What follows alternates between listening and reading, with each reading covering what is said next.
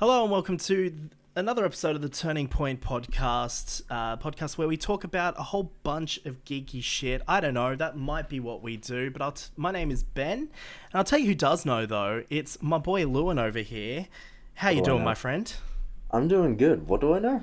Do you know what we do on this podcast? Talk extensively for 4 hours and then try and figure out later what we actually did talk about. Okay, fair enough. I think that's a good intro. I think we did well this time. You bitch, you played me. I think we did really well. Haha, got you good then.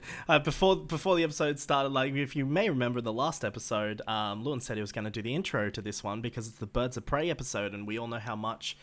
Well, you guys don't, but I do. We all know how much he loves DC films, so I thought it'd be kind of funny. And then he chickened out like a little bitch.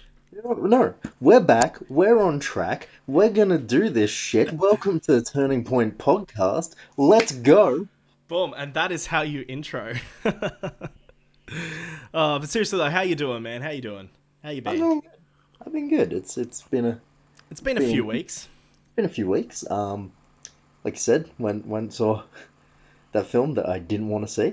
Well, But we'll we're into talk that. we'll talk about that a bit later on. That sounds Yeah. like a good time. I'm kind of hoping we'll have different opinions on it just to make it interesting. But do you know what is exciting though? Is What's it? it's our first movie review ever. True. And it's fucking Birds of Prey, the the sequel to the, well, not really sequel, but the kind of spin off to the critically acclaimed Suicide Squad of 2016, starring everyone's favorite Joker, Jared Leto. I'm so sad that you can actually call that film critically acclaimed.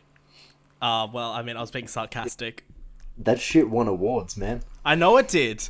Yeah, do you know what it is though? It's literally I was watching a great video on YouTube that was kind of breaking down Suicide Squad, and his conclusion was Suicide Squad isn't a film, but it's not a music video either. It's just a music film.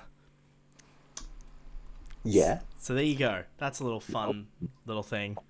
I'll buy into that. Yeah, but yeah, we're gonna be talking about. So this coming up on this episode now, we've got a few things have happened. So obviously we got Birds of Prey. That's gonna be our big talking point for the episode. But the Oscars have happened as well.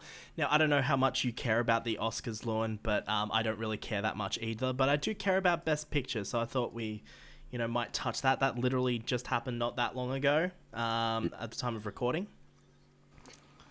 So that's exciting. And since we're talking DC as well, I thought we'd also just briefly talk about the Joker a little bit later on after Birds of Prey. Just kind of chat about that for a bit, because that's a film worth talking about. Yeah. We're only like 6 months late to it, but hey, that's all good. Yeah, started late, but we did it best. We probably won't, but it's still here. Yeah. And it's out on digital. I've been meaning to rewatch it since it came out. I think it's out on Blu-ray now as well. I don't know. It's been out for a Yeah. while, but I've been meaning to rewatch it since it came out. But just haven't gotten to it. But also, we're gonna have to talk about Doctor Who as well, because literally the couple of days after we recorded the last episode where we talked about Series 12, some big shit went down, and we're gonna have to talk about that briefly because that's some stuff. Yeah, you all thought we were done. Went on for like 2 hours about it. We're not. No, We're no. We'll keep it brief though, because I don't want to talk about everything. I just want to talk about the big thing that happened. But then we'll save the rest for our Series 12. But yeah, we'll start out with a segment that I like to call just us catching up. It's a very catchy title, I think. Yeah, no, I agree. Yeah. So what have you been watching, playing, doing lately? What have you been up to? Um, the worst part was a few weeks ago, I actually had watched something and I was totally gonna bring it up. 100% forgotten what I watched. That's okay. It's all right. I watched the first two episodes of Brooklyn Nine-Nine season 7, like literally maybe 40 minutes ago. Oh, season 7. I just finished season 6. That was what I was going to bring up, because season 6 is now on Netflix. Yes. So I just literally last night finished season 6, which the last episode of season 6, which kind of ties into what we're talking about this episode, is called The Suicide Squad. That's right. And I was like, what the fuck? This is amazing. I really loved season 6 of Brooklyn Nine-Nine. But yeah, is season 7 airing now? Yeah, for anybody Australian, if you have SBS on demand, which is free, sponsor us SBS. Uh, I want to make a doco. Let me make an SBS doco. oh yeah, let's do this. Um, you can catch it on there. The first two episodes are up now, and I think the next one's either tonight or tomorrow. All right, SBS has the rights to Brooklyn Nine-Nine out here. Yeah, That's fucking crazy. Like, SBS is a channel that no one fucking watches. unless you really love either like documentaries, They do great documentaries, I will say. anything, or any world movies, because they're pretty much Australia's world movie channel. Yeah, they're pretty good. I mean, SBS is quite underrated. But I mean, out here in Australia, everyone likes to watch fucking reality shows like Maths. So everyone's always on bloody Win Girls. Television and bloody 10 and Channel 7 and all that kind of shit. You Is know, 10 still a thing? I I've thought 10. look, I don't watch free to air TV. I haven't watched free to air TV in like 5 years. I don't That's even have a cable connection, just because I stream everything. So what's the fucking point? But yeah, yeah, that's pretty good. Really enjoyed season 6. I thought that was a lot of fun. It's funny because it took me like because Gina leaves after the first 5 episodes, right? yeah. And it took me another 5 or 6 episodes after that to realize they had changed the opening title sequence to include Scully and Hitchcock. Yeah, I yeah. didn't even notice at all. And you know what was even worse? Is it took another 2 episodes after that for me to notice that at the end of the opening title sequence, where they're all like slow-mo walking towards the camera, is they've CGI'd Gina out and then just moved Boyle over where Gina was standing. Didn't even notice. And the reason why I noticed is because I looked at it and I was like, the lighting on Boyle doesn't look right compared to everyone else. And then I realized, oh fuck, they've moved Boyle over. And I was like, what is going on? But no, it was a great season, really fun. I think one of my favorite episodes was the Case Cation episode where they're in the hospital of seasons, and they were like Amy and Jake were in hospital, and they were like, like it was the anniversary or whatever, and they were working in like that case trying to protect that unconscious dude, and they had like their little like date in the hospital room. Isn't that the same episode where they had the spat about having the baby? Yeah, that's the exact same episode. Yeah. And then the old lady keeps coming in every like 5 minutes, and at the end she's got a fucking bomb, and she's just like, oh, and then she's getting arrested, and she's just so happy. She's not even a bad guy. She's just like, just going with it. I love it. It felt weaker than the first 5 seasons, but it's still a solid season, and I feel like that's just because they changed networks. Yeah, I think it's really good. I liked the Halloween heist episode. Well, not the Halloween heist, just My, the heist episode that they did. That was pretty fun. I actually quite enjoy those heist episodes whenever they do them every season. It's pretty good. I look forward because in a couple of episodes' time, so the one of the titles is Jimmy Jab Games too, so I'm excited for the Jimmy Jabs to make a return. Do you know what is my favorite opening cold open? Because like I love just going on YouTube and watching the compilations of all the cold opens. My favorite one is I can't remember what season's from. I think it's from the first season. It might be, but it's like they're in the bullpen and like the floors have just been cleaned. And Yeah, it's the one where like Jake puts the helmet on, is like sliding across the bullpen, and then like the lift, everyone's like going crazy over it. It's all in slow mo, and then the lift opens up and Holt's just there, and he crashes into the lift, and you think it's gonna go one way, and then Holt's just like the full bullpen, and I'm like, oh, nice. I love Holt so much. anytime he just 100% breaks his character, Yeah. it's brilliant. Oh, then And there's the cold opening where they're trying to guess how Holt would react to, I think it's eating whatever it is, and they're all doing the impressions, and then Holt walks in and tries it and reacts the exact way Boyle does, because everyone thinks he's not going to react like that. It just starts laughing. It's my favorite fucking show. I love it it, so much. But yeah, I want to watch that. So I just finished watching that, and now I'm going to go back to watching The Good Place, because the final season of The Good Place is up on Netflix now, and I want to check that out because I earlier this year, no, not earlier this year, late last year, I binge watched all 3 seasons of The Good Place leading up to the final the only season. watch any of it. It I've heard, is so good. and I like Michael Schur's shows, e.g. Mm, Brooklyn Nine-Nine, The Office, even though that's not really him. But not a still, doctor. Formula It's such a good show. I definitely recommend watching it. It's all on Netflix now. There's 4 seasons. The final season just aired, so I'm gonna watch that next, I think. But another thing I've been watching, I haven't really been playing much. I'm still playing Resi 2 since our last episode. I finally, but I've only just gotten out of the police station on Claire's campaign, so you can tell I haven't really played it that much. And considering our next episode is going to be a Resident Evil episode, I really should probably get my ass into gear and try and finish it. is there an Evil episode March or April?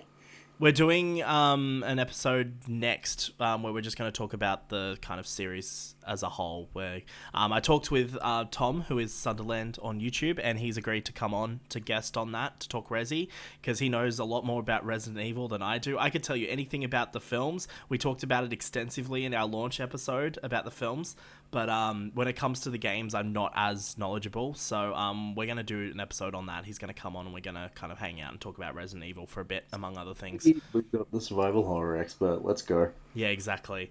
But yeah, so I've been playing that. I've just recently gotten back into playing Overwatch. I've been playing a bit of that the last week or so. I'm mildly not going anywhere near Blizzard right now. Look, I don't really care about all the drama personally. I just like playing Overwatch. Although for me, playing Overwatch is literally just playing Widowmaker. I very rarely play any other characters. There's like 3 main characters I play in that game, and I never touch any of the others. So I play, if I'm healing, I play Mercy. If I'm defense, I will either play Tracer or Widowmaker. Occasionally change it up with a bit of Pharah, but it's mainly Widowmaker. And if I'm tank, I play Diva, and they're the only characters I ever play ever. I'll admit I don't know the logistics behind the matchmaking change, but can I say I absolutely hate having to pick what type I am before I even get into Yeah. matchmaking? Well, here's the thing, and the one thing I don't like about it is you can select all 3, but the one that has the most waiting time is your damage characters.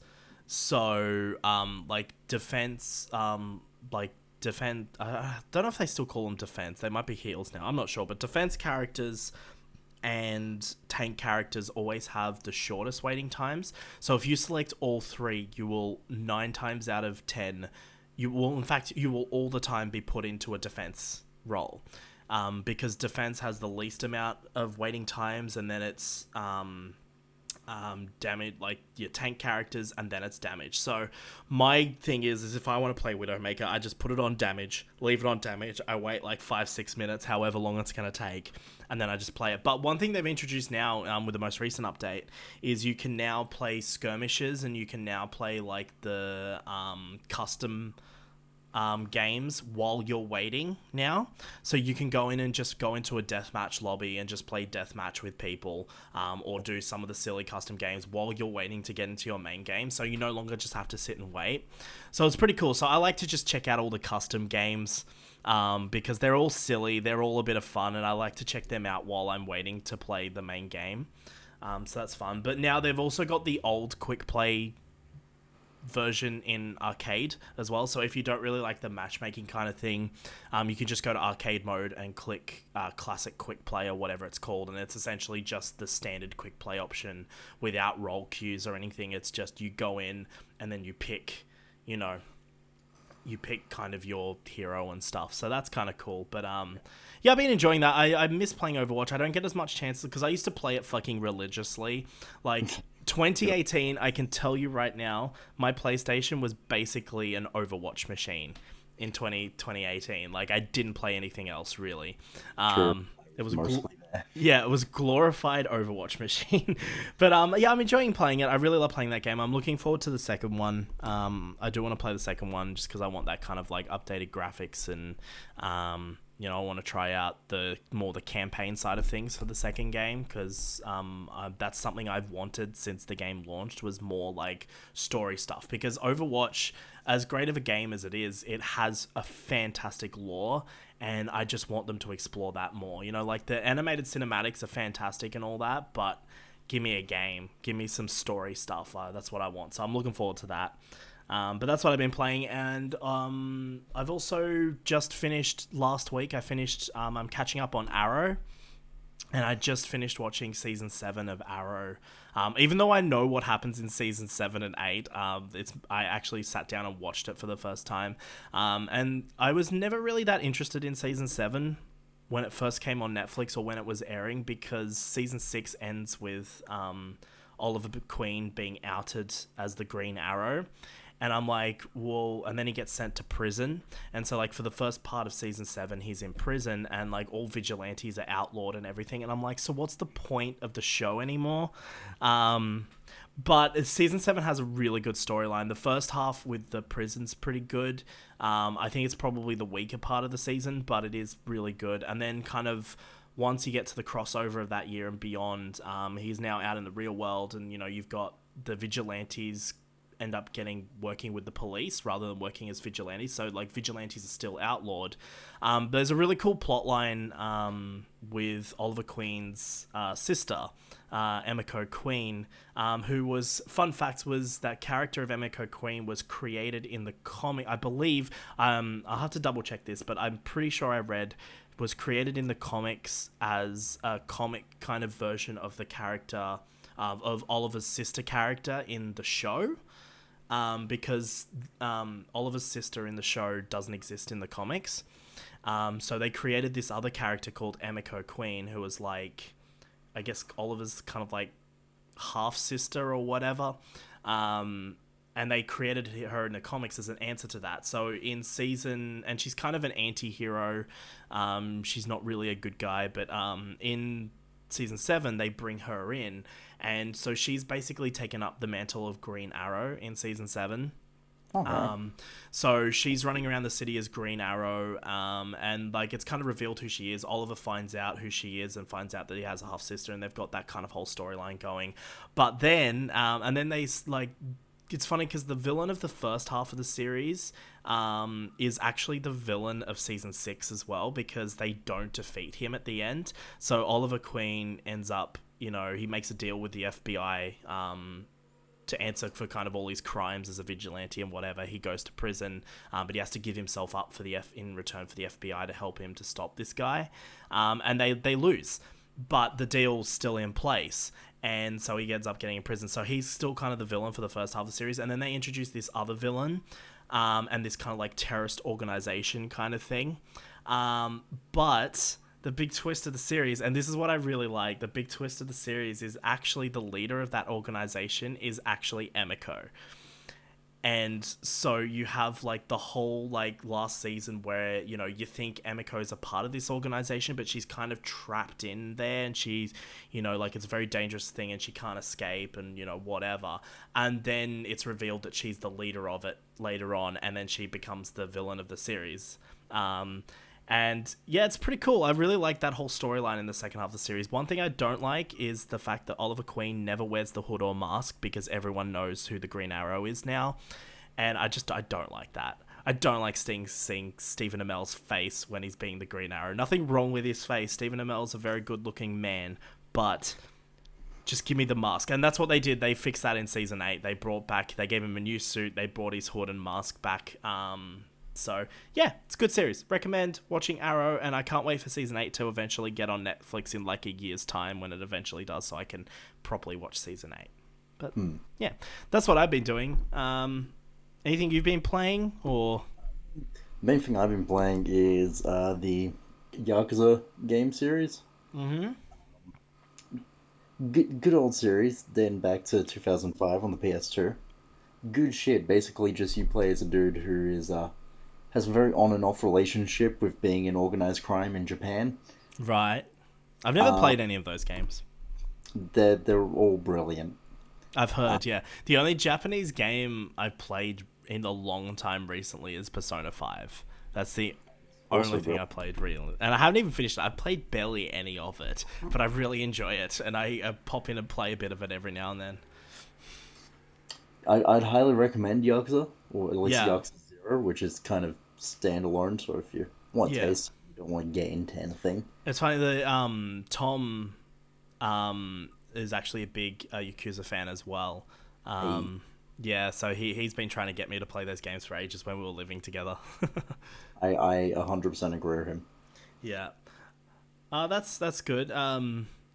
Yeah, so Yakuza, eh? Yes, I've got a very love relationship with that game. Oh, Of that's good. I platinumed 4 of the games because fuck my life, and I'm working on the rest of them.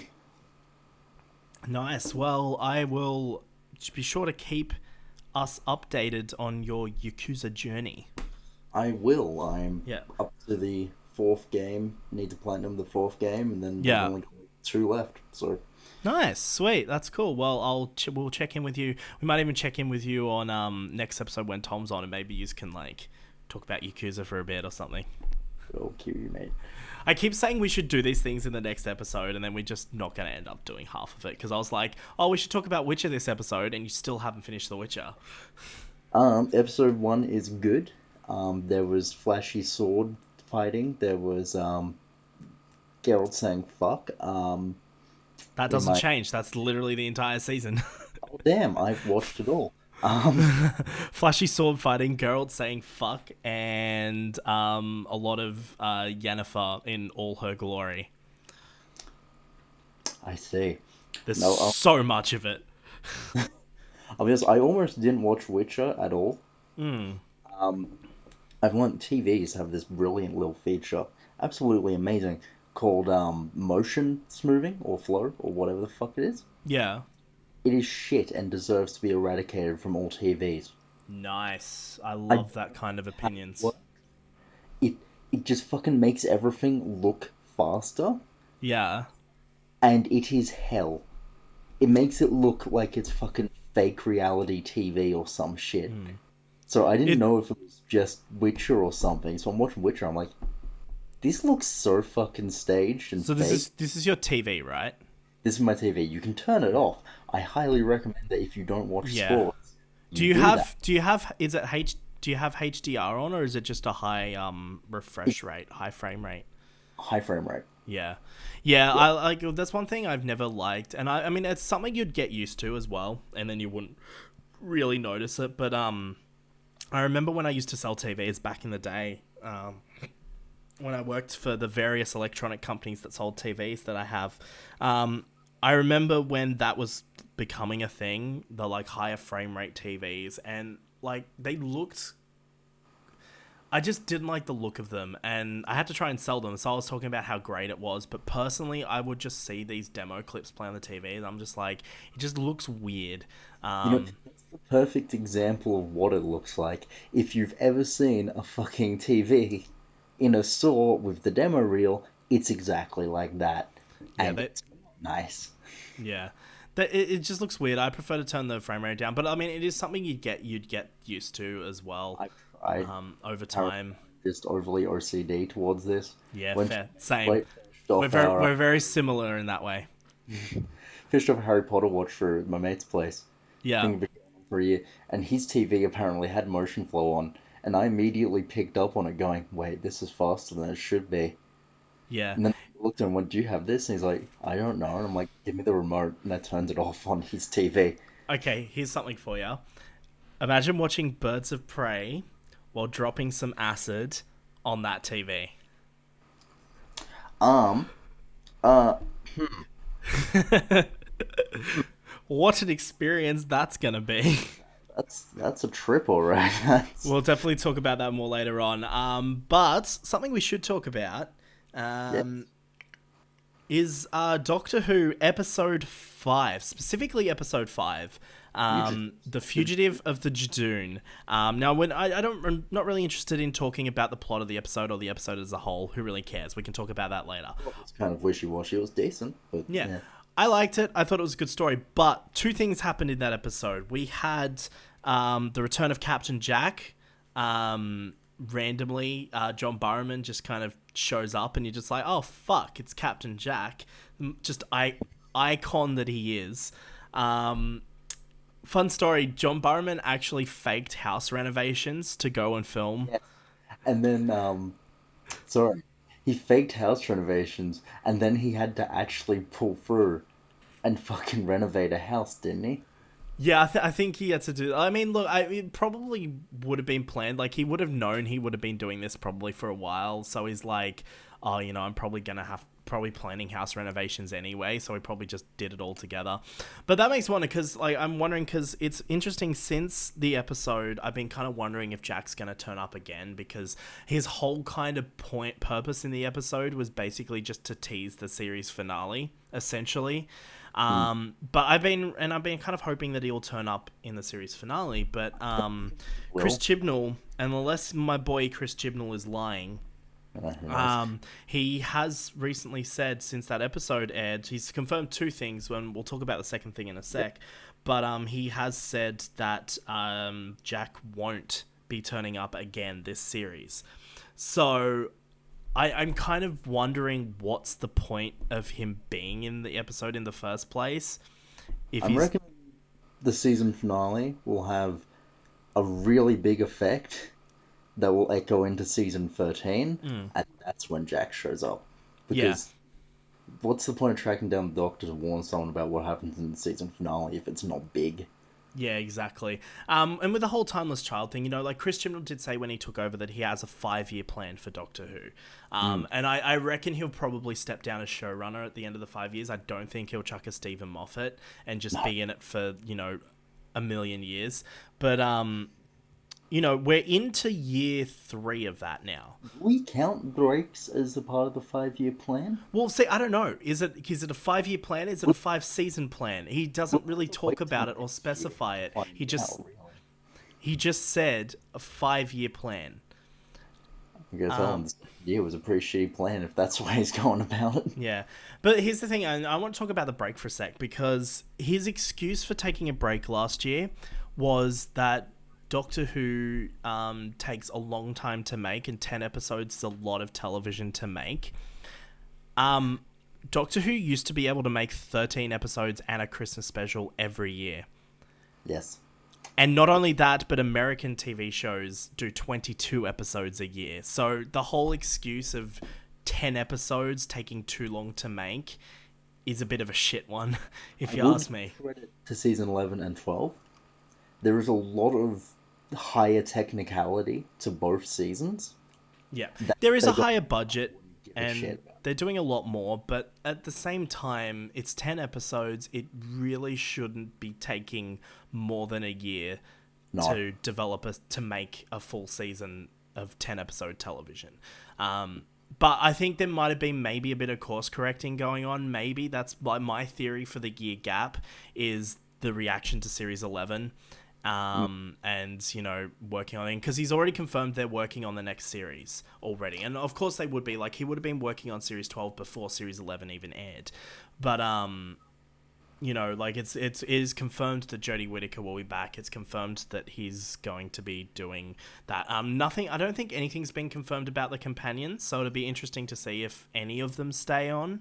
I think they've Um, seen that they're all signed on to season 13, but that doesn't necessarily mean they're in season 13, right?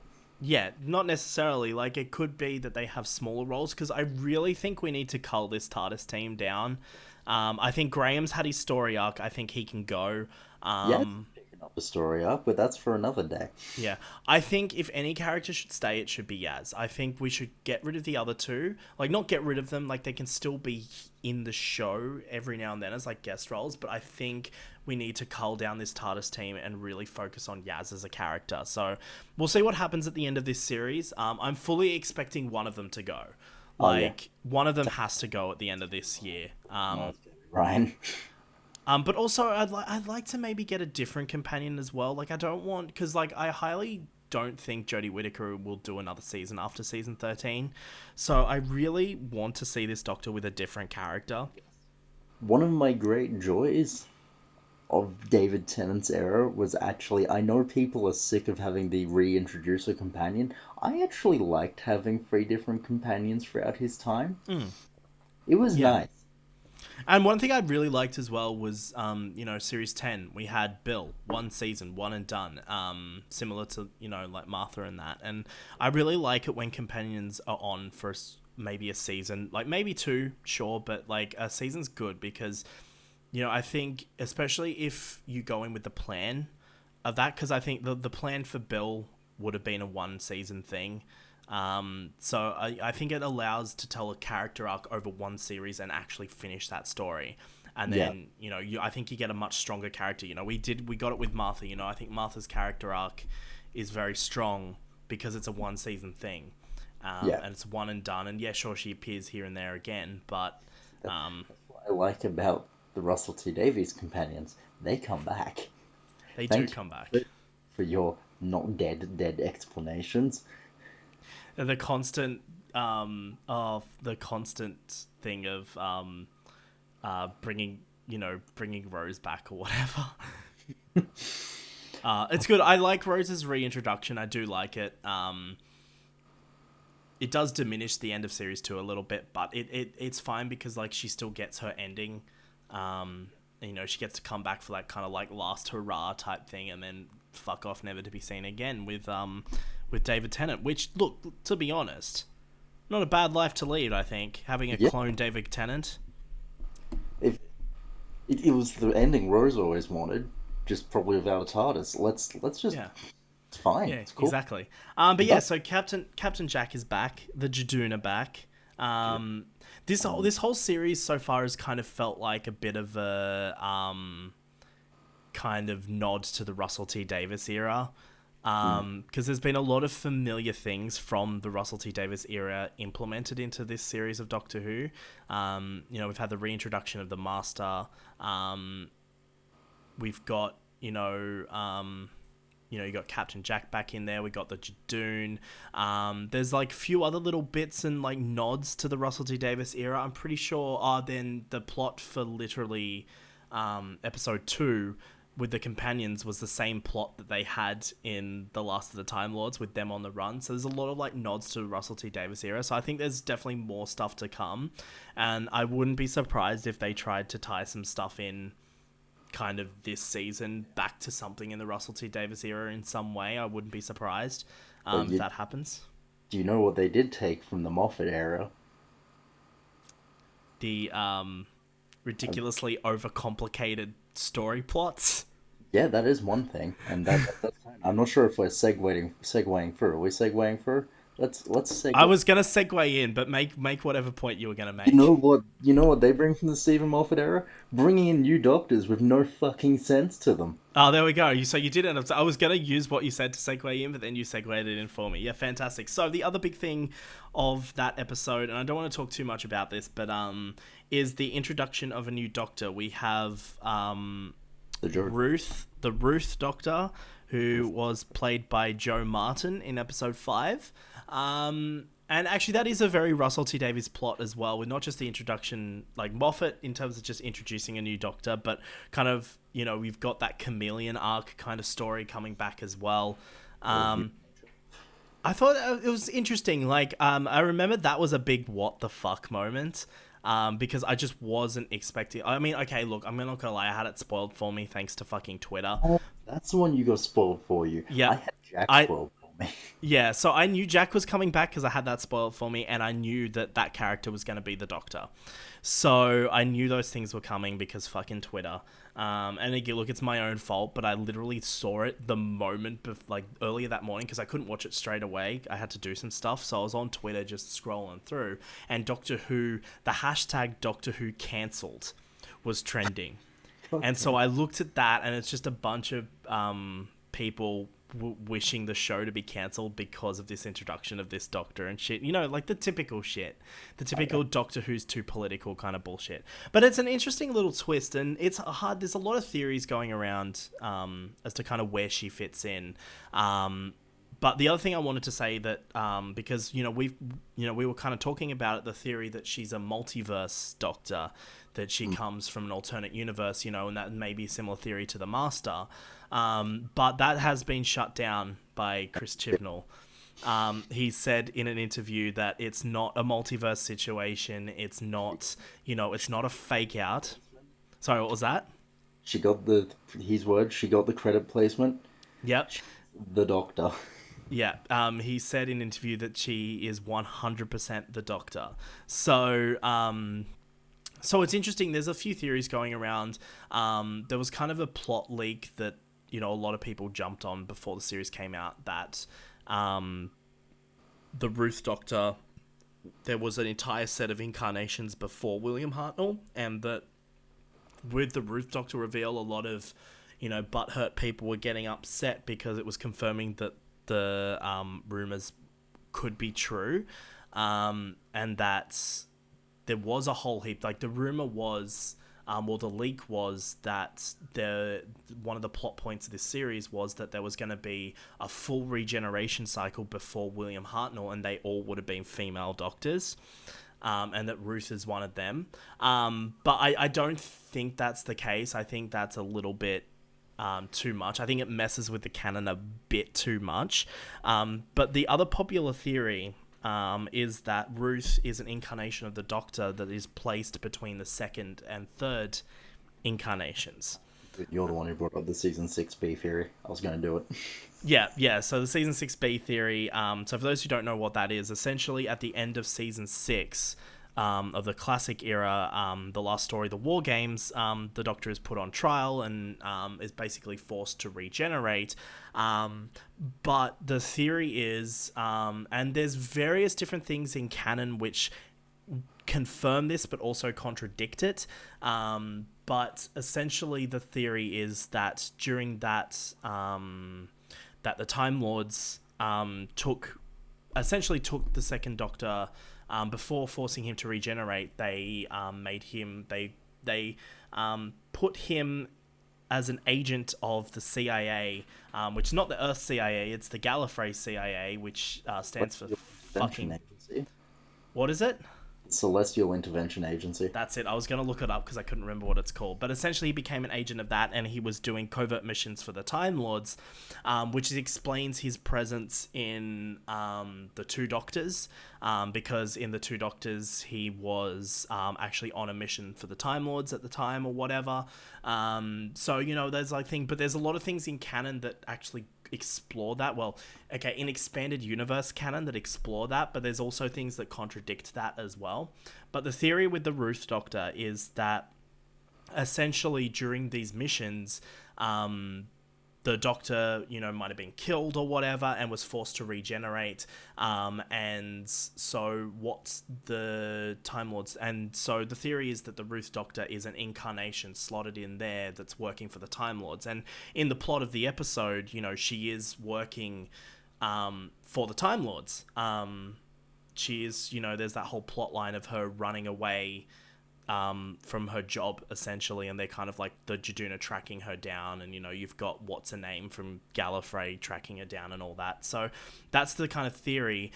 So what the Ruth Doctor could be telling the story of how the Doctor kind of, I guess, left the CIA and became the third Doctor. And the theory could be, and then there's a whole big thing of it fucks up all the numbers, because then how can Matt Smith be the last Doctor, and all that kind of thing.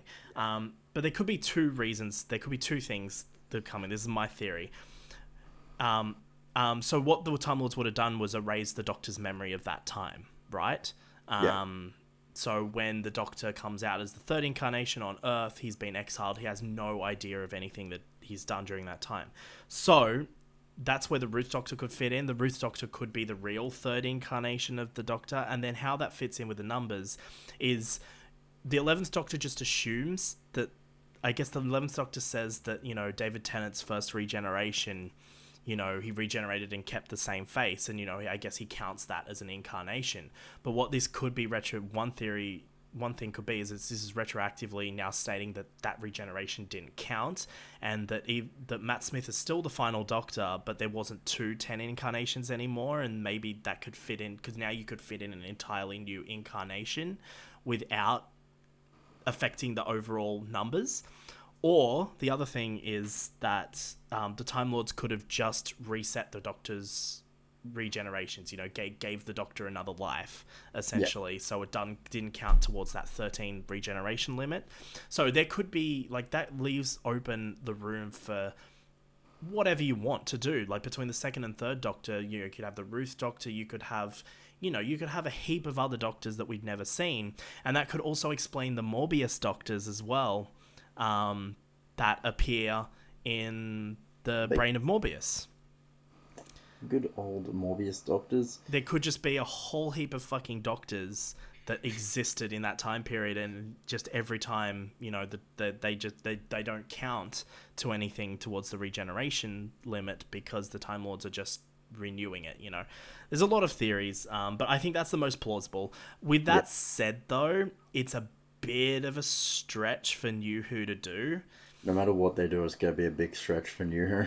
Yeah, I know, but I mean, because it's really delving deep into classic Who canon, and a lot of people who watch New Who will not be aware of that. So, it is kind of taking a risk in really jumping into that canon somewhere. And I mean, it's taking a risk anyway because it is messing with the canon either way. But I think it's the most likely scenario. But it's also, for some reason, I just feel like it's probably gonna be probably not.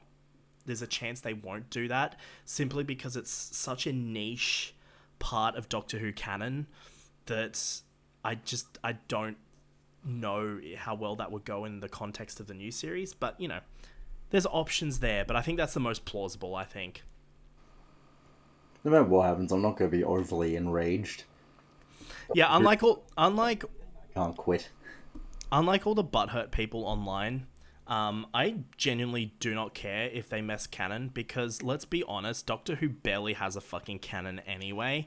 It's always contradicting itself left, right, and fucking center. So honestly, I don't care. I don't care what they do. I mean, I think personally, if they go down the route of having a whole regeneration cycle before William Hartnell, I don't like that too much, because I think William Hartnell has that real legacy, that I think that's probably the best way to go, is not to do anything before that. Like, just leave William Hartnell where he is. But you know what? I really don't give a shit. You can do whatever the fuck you want. Doctor Who's always done whatever the fuck it wants, and, people always complain. And guess what? In literally 5-10 years, who's going to give a shit? No one. No one's going to care that the Ruth Doctor has been added into the canon, Yeah. So, that's my thoughts on it anyway. What do you think overall? I personally fully want to. Let's face it, it's probably gonna be pre-Hartnell.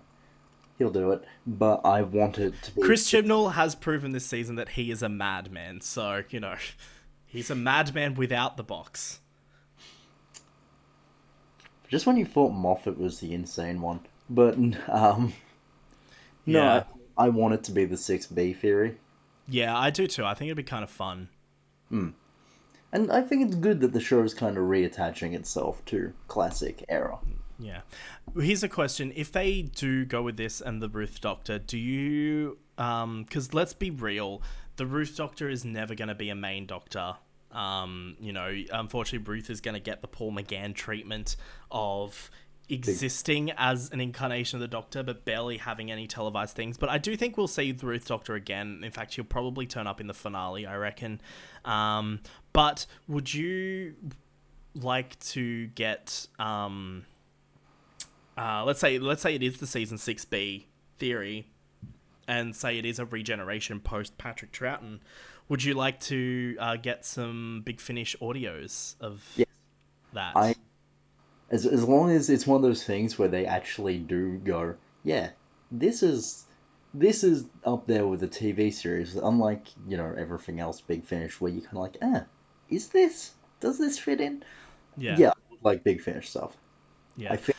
Would you like to see a series? I'd like to see a spin-off. It's been a good while since we've had a decent Doctor Who spin-off. Yeah, do you know what I've wanted Doctor Who to do for so long? I was thinking of maybe for a future episode doing a topic of what we would do if we were in charge of Doctor Who.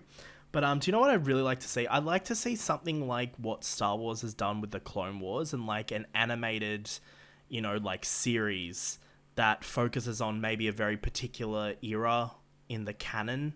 And it's just a whole bunch of stories. It's developed by different people. It's overseen maybe by Chris Chibnall or whoever's in charge at the time, just to make sure it doesn't mess with the continuity of the show. But like, it could be so cool, And the reason why I thought this, the first thing I thought of was the Time War. Like, it Yeah, would be really cool to do a Clone Wars style series exploring the Time War. I think that'd be really cool. But I'd also like to see an Eighth Doctor series. Like, to give me an animated spin off with Paul McGann. Fuck it, let's do it. it's Like, such a you shame. don't even need to get him in. You could literally just make a deal with Big Finish and take all of his audios and then just animate them. Done. That's a fucking series right there. Like, it's not hard. But that's what I want to see personally. But yeah, I think it'd be kind of cool. 100% agree with you. Um, it's such a shame that John Hurt has such a. It's a weirdly unique voice that when you hear John Hurt's voice, you're like, oh, it's John Hurt. Um, Yeah. it's such a That shame would be the only downside of doing an animated Time War series. because the what Clone Wars did for Anakin's character is fucking beyond amazing. Yeah. You know, Anakin was actually a character. Um, Oh, so good. He still I would, doesn't like sand, though. would like to see that done for the War Doctor because Yeah. the Doctor was always going on, oh, the War Doctor, he's the one, he did terrible things. And then I watched Day of the Doctor, I'm like, I don't know, he's What a nice boy. really nice to me. Yeah. I think there's like, obviously the Time War's been explored in Big Finish. But I think it would be cool to do a series so we can visually see it. But at the same time, there's the argument that the Time War is this big, mysterious thing, and exploring it too much kind of takes away from that concept. So, But whatever. I think at this point, I think that applies to seasons 1 through maybe 6, maybe 7. Yeah. I think anywhere past that point, it's kind of lost that. It's become an event where I'm like, okay, Yeah. I don't really care what you show me about the Time War, so long as I know what happened. Yeah, It's not exactly. like and we'll probably try and wrap this up in like a couple seconds. There was this event back in the Eighth Doctor's era called the Yeah. War in Heaven. Yeah. It is batshit insane. The Time Lords went up against the enemy. They no one knows what the enemy was. People take bets that it's the Daleks, but um, the Doctor died. The Master died. Fucking Romana was the Lord President of Gallifrey and drove it to shit. And then Doctor Who was like, yeah, by the way, none of that happened. So no one knows what happened there. Well, it could be interesting because the Time War is constantly, um, like the whole point of the Time War is it's a time war. They're constantly undoing each other's victories. And that's why it was just a war that just couldn't be won by either party because they both have time travel. They could just undo everything. And I was in fact watching some like lore videos on the Time War and on like the War Master and that. And there's so many times like shit would just happen to characters or whatever, and then that would just be retconned and redone like as it never happened because of whatever reason. So yeah, it's definitely an interesting period. I think, to be honest, it would be if it was done as a series, it would be a very Stephen Moffat style show in the terms of its storytelling, because the Time War is just this batshit insane thing that it's just going to be hard to keep up with. So I think maybe doing a limited series and focusing on one story specifically rather than the Time War as a whole, I think might work better. Because then you can tell that story without having to constantly contradict the show all the time and like change things and time travel. Um, You know I what think you that's can? what... You can tell me what happened to Susan. I don't know what happened to Susan. Is she still on Earth? No, no. Um, Susan fought in the Time War, as far as I'm Oh, aware. classic Susan. Um, so no, I want to know what happened to Susan after the Time War. Did Susan die? Did it's so weird that Doctor Who just dropped probably its most pivotal companion Yeah. besides Barbara and Ian.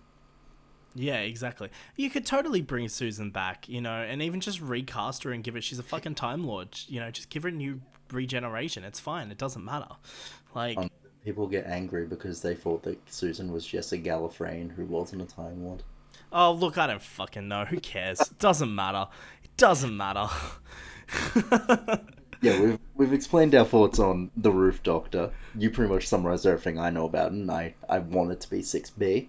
Yeah. Um, but Well, we reached on that's Doctor Who. that's my thoughts on just Doctor Who in general and continuity. Who fucking cares? Yeah, Doesn't matter. but you know what does have continuity? Not this What? show, because we're moving on to a completely different topic. Yeah. And what topic is that? I think it's the Oscars next. Oh, the Oscars. Okay, we're gonna keep the Oscars brief because it happened recently. Um, both of us I've not. don't. I just know who won. Yeah. So I'm gonna read out the nominations for Best Picture. All right. So the nominations, and I'll also say who the winner is as well. So the nominations for Best Picture were Ford versus Ferrari, The Irishman, Jojo Rabbit, Joker, Little Woman, Marriage Story, 1917, Once Upon a Time in Hollywood, and Parasite.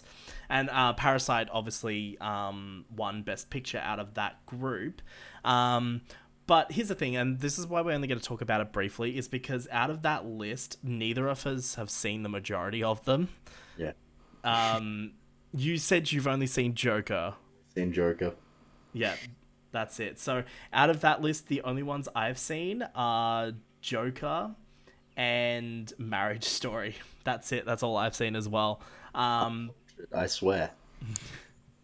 So we're really not the right people to be talking about the Oscars, eh? But there's all those movies I'm interested in seeing. Some more than others. Like I definitely want to see Jojo Rabbit. I like me a bit of Taika Waititi, so I'm definitely going to see that. And I do want to see 1917 because just the concept of 1917. I had a go see it, and they said it was just the cinematography and everything was amazing. Yeah. Yeah, I love movies for cinematography. Yeah, and well, here's the thing. Like I've been looking at a lot of stuff talking about this Best Picture list and these films, and a lot of people are saying like this is a really solid list of films and all of them are worth watching. So yeah, that's why. And I watched, obviously I watched Joker when it came out in cinemas. I watched Marriage Story because it's on Netflix. Both Marriage Story and Irishman are on Netflix, so they're the easiest ones to watch out of these. I quite enjoyed Marriage Story. I enjoyed it more than I thought I was going to. It's a very cool little story.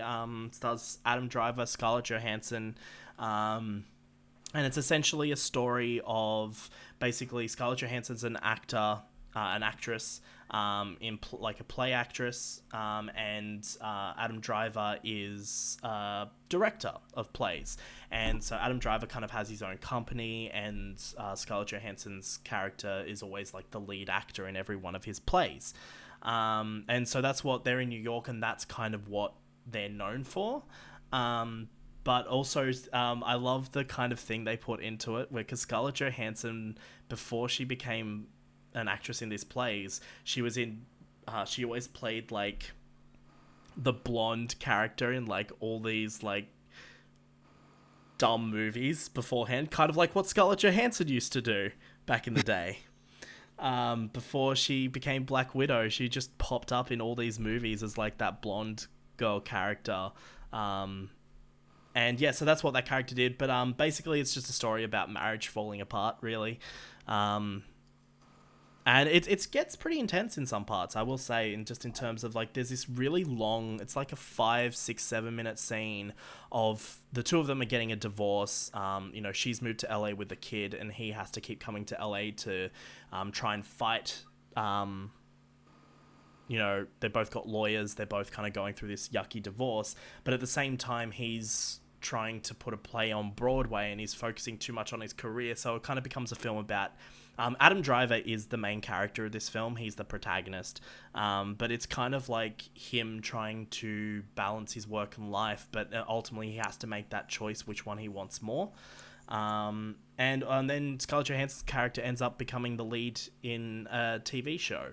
And then they have to stay in LA, which just ups the scale of the whole divorce settlement thing. But in the end, I think they find that kind of common ground. But there's a great like 7-8 minute long argument scene between the two of them, and this is when they're at LA, and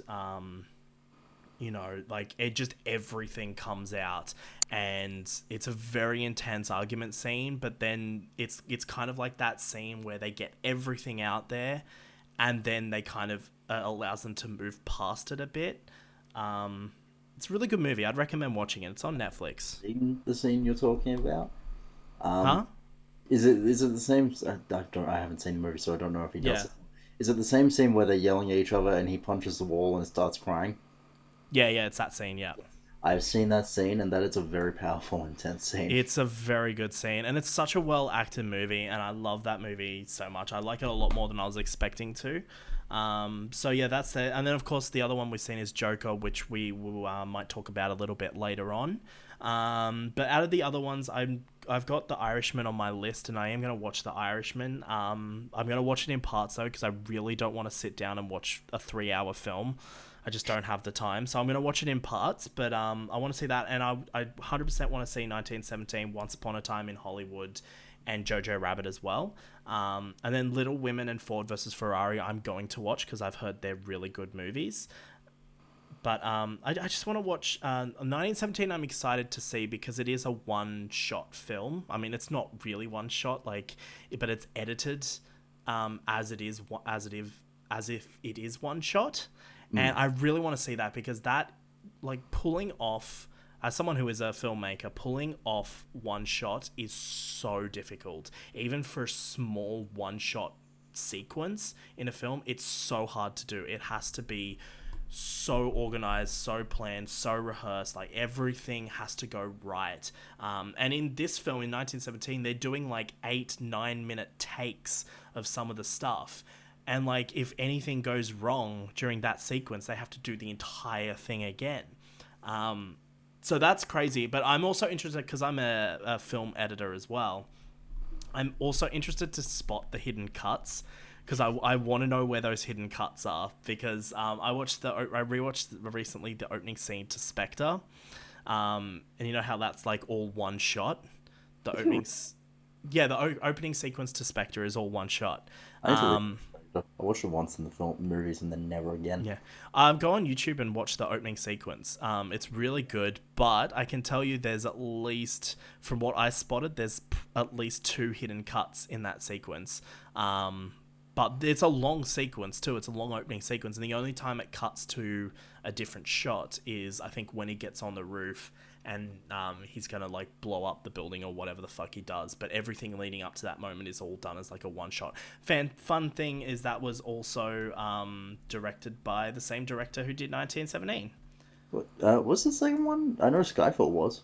Skyfall was directed by Sam Mendes, and so was Spectre. I did not know Spectre was also Sam Mendes. Okay. Yeah, and that's kind of where it came from there. So, Yeah. I think he was meant to originally do the current one as well, but he dropped out of doing that as well.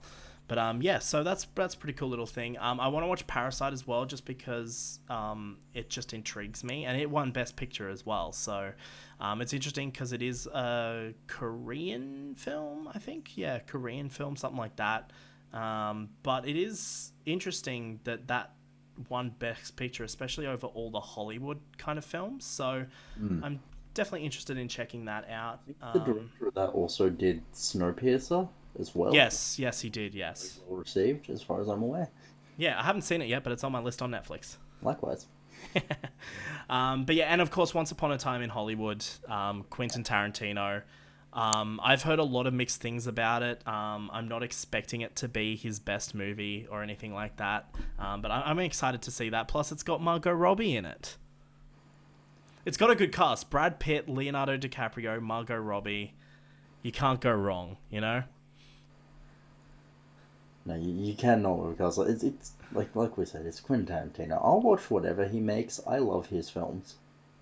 Yeah, my favorite one of his films is, I mean, it's got to be Pulp Fiction. It has to be Pulp Fiction. I love me some Pulp Fiction, but it's actually, I'm more of a Western fan, so Django is my favorite of his. Django, what a film! Also What Leonardo DiCaprio. exactly? Yeah, I know he uses a lot of the same actors. I'm fully expecting Margot Robbie to turn up in one of his future films. I'm sure that'll happen. I think he's only, by his own word, he's only got one more film left. Yeah, and it might be a Star Trek film. No, that got cancelled Oh, sadly. did it get cancelled? Oh, Yeah, I really wanted that.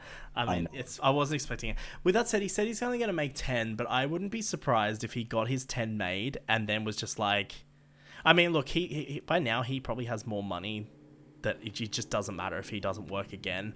But I wouldn't be surprised if he got to the end of 10 and then was just like, oh, I'll just do another one, you know? I wouldn't be surprised at all if he did another one. I can tell you that right now. But yeah, that film stars Margot Robbie. Do you know what other film stars Margot Robbie? Wolf on Wall Street, also with Leonardo DiCaprio. Yeah, there's also a movie called Bombshell, which has Margot Robbie in it as well. Ah, So there you go. Yeah, Margot Robbie is in a lot of things. but she was also, like I said earlier, she's in the critically acclaimed best DC movie of all time, Suicide Squad. So yeah, there's that as well. Um, Yes. No, she's in what we're going to be talking about this week, which is Birds of Prey and the Fantabulous Emancipation of One Harley Quinn. This is I a. can't say that anymore. It's This Harley is. Quinn. Birds of Yeah. Prey now. Yeah, I was actually going to bring that up because I was going to talk about the box office and I was going to bring that up. But so this is a kind of a sequel slash spin off kind of thing of Suicide Squad. It's basically, it is literally just a Harley Quinn solo movie. It's very little Birds of Prey in there at all. But yeah, like I don't know. So it's just recently been released. Should we talk box office for a sec? Um, yeah, yeah. Yes. All right. So, the film just opened up. Now, the film was made on a budget of what was it? A budget of it says here 82 to $100 million. I think this more specific number is probably about like 97, something like that. Yeah. Um, Wikipedia says 97.1. Professional journalism, by the way. Yeah, yeah, we rely on Wikipedia for everything. But yeah, it was made on a budget of about $97 million. Now, so far, it has been open since the as of the 11th of February. Birds of Prey has only grossed about $38.6 million in the United States and Canada, which, when it comes to film ratings, are the only ones, box office, that's the only ones that actually studios give a shit about. And then it's done about 48 million elsewhere. So far, total worldwide, as of now, is about $86.5 million. So this film, I mean, it's literally only just opened, so this film will make its money back, no dramas. But you've got to take into account that there's also a marketing budget on top of the budget for the film, and usually the marketing budget, the general rule is usually take the budget and double it, and that's your total budget for the film. So I think this film will definitely make its money back. I don't think it's not going to, but it's had a very slow start. And, depending on who you talk to, there could be another number of reasons for that. It could be, that it's just PC to PC, that kind of thing. When you talk to certain people, the whole get woke, go broke type thing. Because it's a female-led superhero movie made, not just female-led in the cast, but also on the behind-the-scenes side of things. There's a female director, female writer, Margot Robbie's a producer, of course, and there's obviously a big female crew there. So it is very much a big girl power movie, and a lot of, depending on where you go online, on YouTube, you'll find a lot of people blaming that for why it flopped in But the box office for the like, opening weekend. I'd like to argue that quickly. Yeah. Wonder Woman. Yeah. Like, it's a stupid argument, and it's like, and I don't subscribe to these. I just find these people that make these arguments funny. But I do want to say that, it would be a contributing factor. Like, It, it wouldn't, but it isn't the reason. no. It's definitely not the reason. I think the main reason for this, it comes down to probably multiple things. The marketing is definitely a big reason for why this movie didn't do well in opening weekend. But also the fucking name of the film. Birds of Prey and the Fantabulous Emancipation of One Harley Quinn. This is a film about Harley Quinn, and her name are the last two words in the film's title. And here's also another thing, worth pointing out. The general audience don't know who the Birds of Prey are. This is Okay. true. So calling the film Birds of Prey means nothing to a lot of people. And, like, obviously you can look at the film and look, oh, Harley Quinn's on the poster. But for people who might not be that keeping up with things, they might just look at that and go, well, it's another Margot Robbie film. They might not be aware that it's actually Harley Quinn because her name in the title is so small, and they're going to be like, well, Birds of Prey, what's that? And to be fair, I have never read anything related to Birds of Prey ever. Like, I just know, I know who they are, can't but I even go think, that far. I only knew Black Canary. yeah. So I think that's a big, big contributing factor is this film was marketed as a Harley Quinn movie, but it's just confusing, I think, and that's definitely a contributing factor. In fact, like you said earlier, overseas right now, I think it's just in America, but basically the film's been retitled to Harley Quinn: Birds of Prey, which, to be honest, is what it probably should have been called from the very get go. I'll be honest, the one thing I was actually looking forward to in the movie was less Harley Quinn, based off the title, and the movie decided to punch me in the jaw and prove me wrong. But we'll get more into that in a Yeah. sec after the box office stuff. Does China Yes. like this movie? Pardon?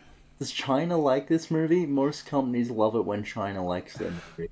Yeah, well, China is a big market. I'm trying to look now. I don't know. I haven't seen anything. Is it released in But China? I'm not too sure yet. I'm just reading Mexico, Russia, UK. Um, okay, there's also, so it is open in Asia, but I'm reading here the low opening was blamed on similar audience hesitations in the US, as well as the outbreak of the coronavirus in Asia closing some theaters. Fair enough. So there's a lot of contributing factors here, but I think a lot of it comes down to the marketing and that it was a bit confusing. But they are expecting the film to debut in some of the areas. They're expecting a total debut when it's debuted everywhere of about 110 to 125 million dollars. As a worldwide total for its debut once it's debuted everywhere. So I definitely think this film is going to easily make its money back. And because it is a low budget film as well, it'll definitely make profit. There's no doubt about that. It's had a slow start, but it will pick up, especially once it gets out, rolls out everywhere. And also, like, people, like, another contributing factor is the Oscars were on as well. There was a whole bunch of other stuff. So I think it will do well. But it's an interesting factor here that it's estimated the film needs to gross between 250 to $300 million worldwide to break even. So I definitely think it's got its work cut out for it, but I think especially with the rebranding of it in some areas, I think they're probably going to be a bit of a push marketing wise, maybe to get more people in. But I definitely think it'll make its money back eventually. I don't think it's going to be too much of an issue. But interesting fact, which I was watching a video recently, pointed this out, that this is actually a trend for DCEU films. The DCEU films have been progressively getting a lower and lower opening box office since Batman v Superman. Wonder Um, what it is. yeah, so I think it peaked again a bit with Justice League, but then after that, with Aquaman and Shazam, the opening box office weekends have always been getting lower. So this is not really an indication of the whole get woke, go broke thing. It's really just the trend that the DCEU films, and I want to emphasize the EU part of that, the DCEU films have been having since Batman v Superman, is they've been getting lower and lower and lower. So I don't think it's necessarily a bad thing personally, but Lewin, before Yeah. we jump into spoilers, Okay. let's just quickly, in very, what did you think of Birds of Prey and the fantabulous emancipation of one Harley Quinn? Okay, what did I think of the film? That film. As you know, I was very reluctant to go see it, and I only went and watched it for this podcast. Thank you, by the way. You're welcome. I dragged a friend to go see it because I wasn't going to go watch a movie I didn't want to watch alone. I, what can I really enjoyed the film. Wow. Okay, that was not what I It was is expecting. my favorite DC film. Yeah. To be fair, I haven't Wow. seen Shazam or Aquaman, but so far it is my favorite DC film. Yeah, I haven't seen Shazam or Aquaman either. They're on my Netflix list to watch. I'm gonna get to them eventually.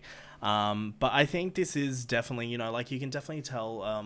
This film is a very creator-driven movie. It's not so much that kind of like studio movie, if that makes sense. Like it's very much like Joker in that sense that it's very, creative focused rather than committee focused. And you can tell this is, a bunch of female creators wanting to make a female girl power movie, and I'm all for that. And I think Wait, it works really well. I think this movie, is very. Yeah, I think I don't think it has a stronger script, but it does have I think it really good, feels interesting characters. unique compared It to definitely, the um, rest of DC. It's yeah, like exactly, Deadpool.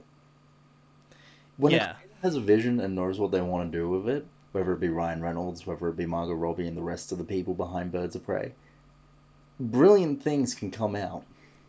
Yeah, exactly. And the Margot Robbie initially pitched this back when they were shooting Suicide Squad.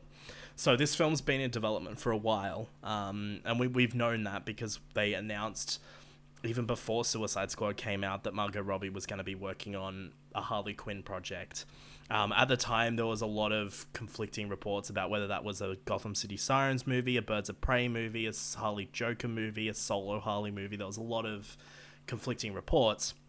And there was even one stage where all of those said things were happening, and I do believe Gotham City Sirens is probably something they're going to want to try down the line a bit. But yeah, no, it's really good. I'm really glad to see, because Margot Robbie is a big force behind this film. She's the one that really got this made, and it's great to see. I really do enjoy this movie. I think it's very colorful.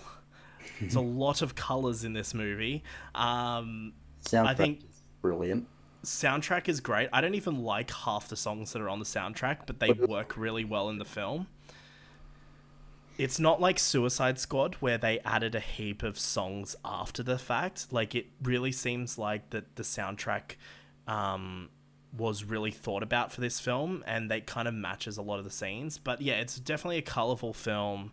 Margot Robbie is great as Harley Quinn. She was great in Suicide Squad as well. I think some of her lines of dialogue let her down a little bit, but I think in terms of, you know, Margot Robbie playing that character and that kind of portrayal and where they were going, I think that was really good. So I'm really glad to have that expanded upon here. I thought the supporting cast were really good. All the Birds of Prey, really good. This movie has a fucking great cast. Yes, it does.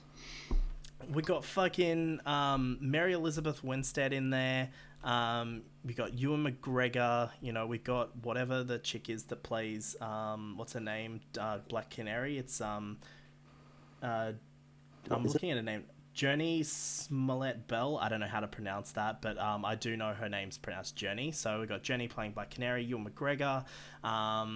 We got the little girl, Ella, playing Cassandra Cain. When we've also got Chris Messina? I fucking don't know. Chris Messina playing Victor Zaz, who was actually one of my favorite parts of this movie. I'm not gonna lie, Victor Zaz was great. But yeah, and of course Rosie Perez as well as Renee Montoya.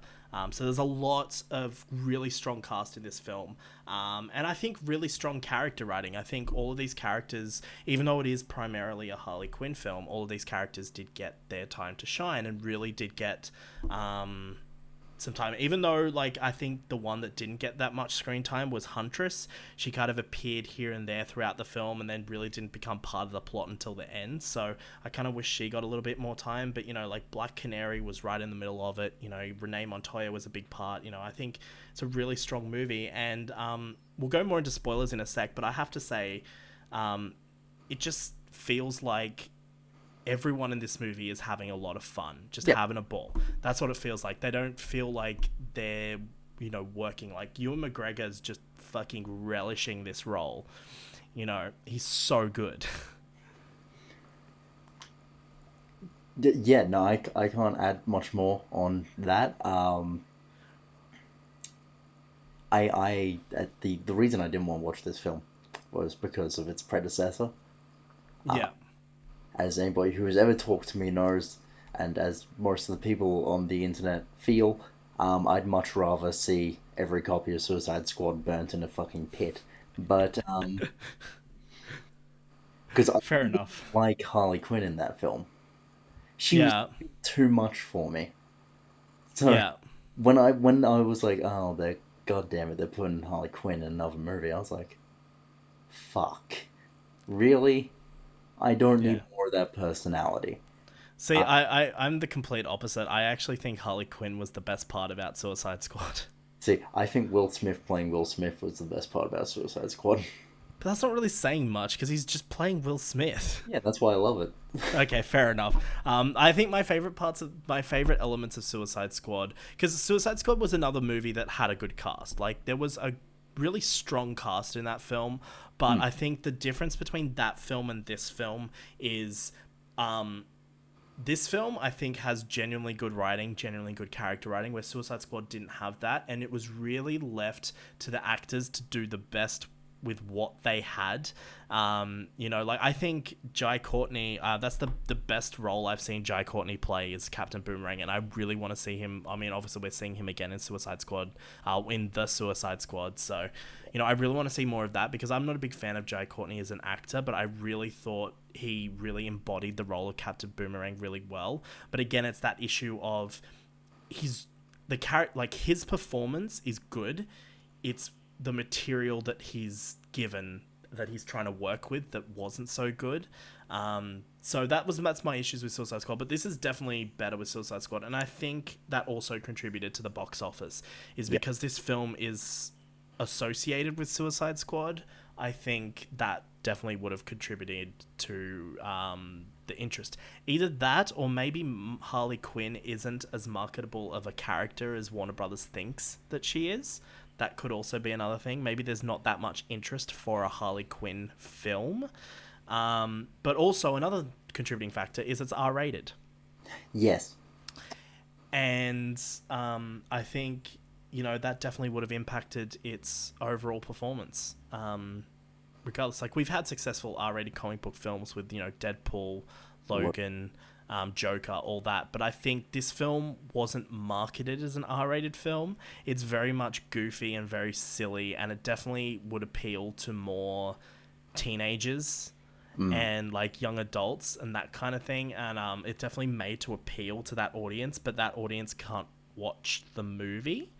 So, I think an I think MA15 cut would have benefited, but there are some scenes in there that you would. honestly, you could make an MA15 version of this super easily. All you'd have to do is take out a lot of the swear words, a lot of the F bombs, and also there's a few scenes to cut out as well, and maybe just use different angles of certain moments so that way you don't see certain things. Yeah. Especially the bit where Harley jumps down on the guy's legs in the bar and like breaks his legs. Like you could just show Harley Quinn jumping and then, like you have a cracking sound in his reaction and you could get away with that. Or the scene with Black Mask. But we're going to get into that in a sec because the reason why I talked about that, why I use that example is because that's in the trailer. But Never watched the trailers, so yeah, well, that's good. So anyway, so overall, I think it's a really good movie. Definitely worth seeing. I'm not going to give it a rating because I hate giving films rating. And do you know what I hate more than ratings? It's when people say I'm going to give something a 6.5 out of 10. What does that 0.5 mean? Just fucking rate it a number. Don't be dumb. But you know what? I'm not rating films. You can rate it if you want to. But overall, I think it's a good time. Go and watch it. 7.47 out of 10. What was that? I'm gonna give it a 7.47 out of 10. I fucking hate you. I hate you so much. That's the official Turning Point podcast rating is 7.47 out of 10. That's so stupid. It's so dumb. Anyway, so shall we move into spoilers? Yeah, let's move into spoilers. Okay, so let's try to recount what this film is about. So, it's basically a Harley Quinn movie. Harley Quinn split from the Joker. Thank God. Yep, so she's split from the Joker, she's out doing a thing, and she kind of starts the film pretending like she's still with the Joker because she knows if people find out, she's going to lose all that protection. Immunity because everyone thinks she's with the Joker. Yeah.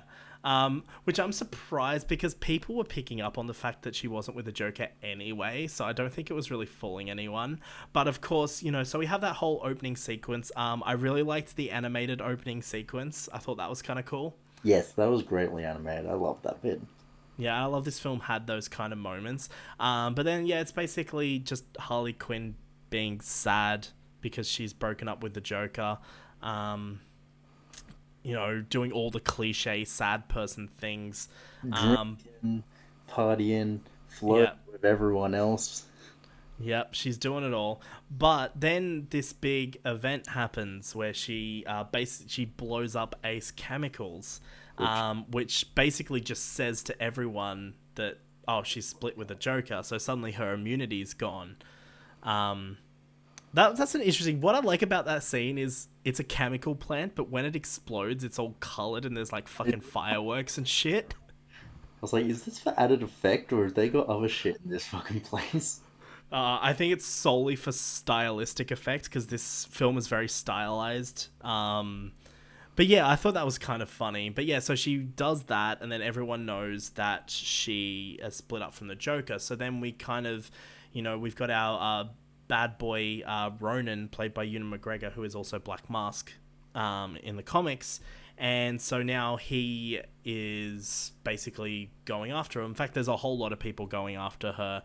Yeah, Even Renee Montoya is now like, "Fuck yeah, it's time to take this bitch down." So there's definitely a lot of stuff happening, and I like because it's interesting how scared everyone is of the Joker, considering how much of a joke he actually is in Suicide Squad and not threatening at all. no. So it's interesting that everyone's scared for her. So I think they're just trying to retcon it a bit and make it seem like the Joker is actually, this very scary person that just people are afraid of. But no, I really do like.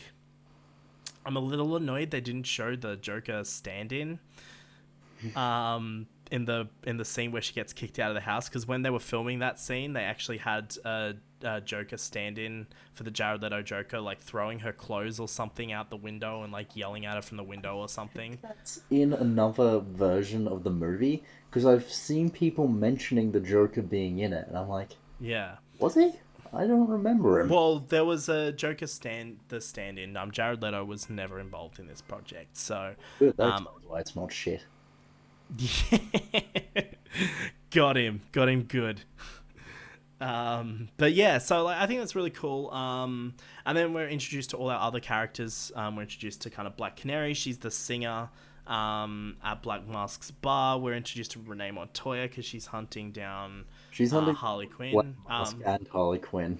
Yeah, she's kind of hunting everyone. We're introduced to Victor Zaz, and we're also introduced to Cassandra Cain as well. Who Cassandra Cain kind of becomes involved in the story through Black Canary. Mm. Um, And for Renee Montoya, she's Renee first Montoya seen as with well. Renee, and then like everything's connected in a really nice way, I will say. Yeah. Besides maybe Huntress, but we'll get into that further down the. Yeah, and Huntress is just kind of there. They do go into the backstory of Huntress, of course. She's from the Bertinelli crime family. The family gets massacred or whatever, and one of the dudes takes her to some fucking place where she learns how to basically kick ass, essentially.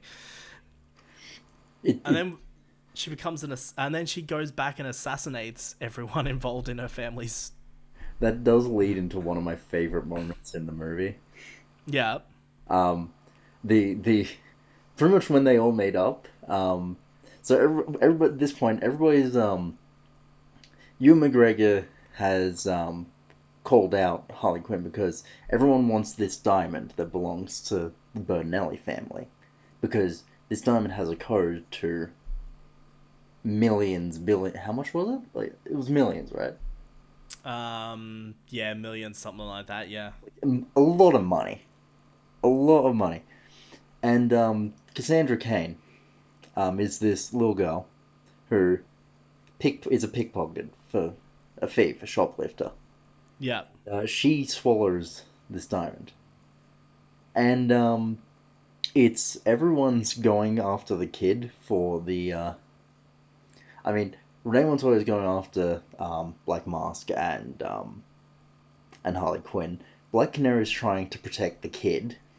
Yeah. Black Mask is going after the kid, and Huntress is just Hunt, kind of there. yeah, and so everyone's converged at Amusement Mile, which I think they did the outer parts of Gotham really well in this movie. Yeah. I it's believably Gotham having a fucking rundown amusement park just there. Um, Yeah. It's also last like kind of like Killing Joke kind of yes. tie in as well. And everyone's gathered, and Huntress kills her last mark, Yeah. and goes, and everyone's like, "Hey, you're gonna help us with Black Mask, right?" And she's like, "I've done what I need to do. I'm gonna go. I'm yeeting out of here. I'm gonna go." And then when Huntress first appears, everyone's like, "Oh my God, you're the crossbow killer." Crossbow kill. I loved that running joke. It's like, fucking hell. Yeah, that's funny because that's I think in my audience that I was at in the cinemas, that was the only part that got a big like out loud chuckle from the majority of the audience was that part. You're the crossbow killer. Fucking hell. Wait, Yeah. you're Helena Bertolini. Fuck's sake. Yeah, I do think it's great casting though, and I really hope we get a sequel because I want to see more. I love Mary Elizabeth Winstead, and I want to see more of that character. Like the Um, costumes they had at the end, they were quite frankly terrible. yeah, that's okay. They don't need to be the costumes in the next film. It's fine. Yeah, I'm hoping they change that up. But this film is very much like it is a Harley Quinn film, but it is very much the origins of the Birds of Prey rather than a Birds of Prey film. You know, it's kind of like these characters meeting together, and Harley Quinn is kind of like the catalyst for everyone meeting and everyone, you know, this group kind of forming. And I do like, I'm going to skip ahead to the end a bit, but I do like how this film ends with Harley Quinn just fucking off and they're just left. She stole my car. Yeah. So that's very much saying. So I think if we got a sequel, it would be with just these characters. I don't think Harley Quinn would be in the film at all. No. And since Harley Quinn's also going to be in the Suicide Squad as well, but from what I've heard, it's going to be a very minimal role in the Suicide Squad. So, and that film has a fucking ridiculous cast. It's crazy that cast. Like fucking Peter Capaldi's in it. Oh, really? Yeah, he's gonna be in it. There's the some original Suicide Squad members as well. But there's a whole bunch of new characters and new actors that are gonna be in it. I'm good. I look forward to the soundtrack. Yeah, but I think this one's gonna be a lot better. I think because the big focus is on. I think this is going to be very similar to Birds of Prey in the sense that it's going to be very much a James Gunn movie rather than a movie made by committee. And of course, Idris Elba's in it, who is I'm not sure if they've confirmed what character he's playing, but originally it was thought originally he was going to be replacing Will Smith as Deadshot, but then they changed their mind and decided to have him play a different character because they want to leave the door open for if Will Smith ever wants to come back. So Gemini Man come back. Yeah. Gemini Man. But yeah, she's a small role in that, and I think Harley Quinn's going to pop up everywhere else here and there. But I definitely think this is, you know, like the Harley Quinn film, but then moving forward, they're going to focus more on these Birds of Prey characters. But I really did love Black Canary in this film. I really love that character. My main exposure to that character is from shows like Arrow and Smallville, and of course the Injustice 2 video game as well. Like that's my main exposure to the character. Obviously, I'm not that like aware of the character from the comic books too much, but I really did like this take. And also one thing I want to talk about is her costume. In fact, all their costumes. The costumes in this film are fucking fantastic. Yeah. Yeah, no. Yeah, there's a Style. The only one that was kind of like, was Harley Quinn's fucking gold one at the end. But it fits. yeah. It fits. Yeah. I mean, like, there's a lot of complaints that, they're trying to, desexualize Harley Quinn and all that kind of thing. So I'm like, who fucking cares? Really? It doesn't matter. Yeah. Did people watch the fucking bar scene at the beginning? Yeah, exactly. I know. But yeah, there's a lot of cool stuff. Well, let's talk about Black Mask. Black Mask was great. And Ewan McGregor, of course, he was great. Um, Genuinely unnerving at times. And Yeah, he was definitely someone who, like, Ewan McGregor played it so well. Like, he's definitely someone who could be like, he's very much like the Joker in a lot of ways. In the sense that, like, he's very, like, not serious, or like very kind of like, I mean, in this character's case, because this version of Black Mask is gay. He's very much flamboyant a lot of the time, but then he can just switch and get like really sinister and really threatening.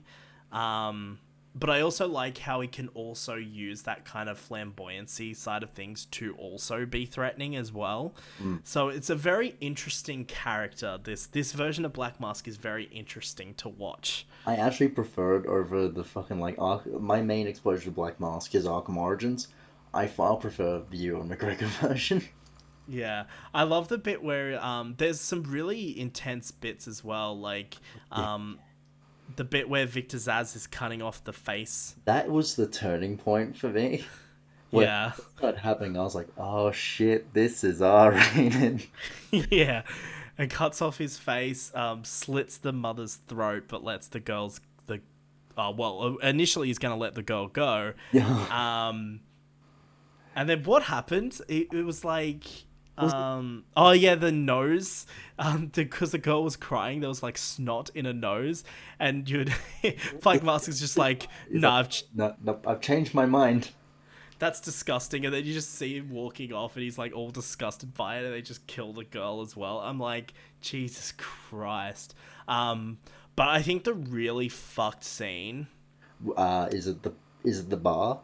is at the club, yeah, at the The girl bar where, laughs and he assumes that she's laughing at him. yeah. That was fucked. And there were two children in the audience of the film for me. Why the fuck were there two children in the audience? It was terrible. Like, the whole time, my friend looked at me a couple times. He's like, just a reminder, there are kids in here. I'm like, yeah, I've been thinking that ever since the Fantasy Island fucking promo came on. Is it? It was the events junior event cinemas junior that they've been doing. I don't know if they're doing them down your way, but locally where I am, a couple of local cinemas, one in Wollongong and one here in Sydney, have created a specific event junior section, which is for kids movies, and they have like little playground area inside the cinema and like stuff for the kids to play with and like do all that. I like, yeah, That yeah. down this way.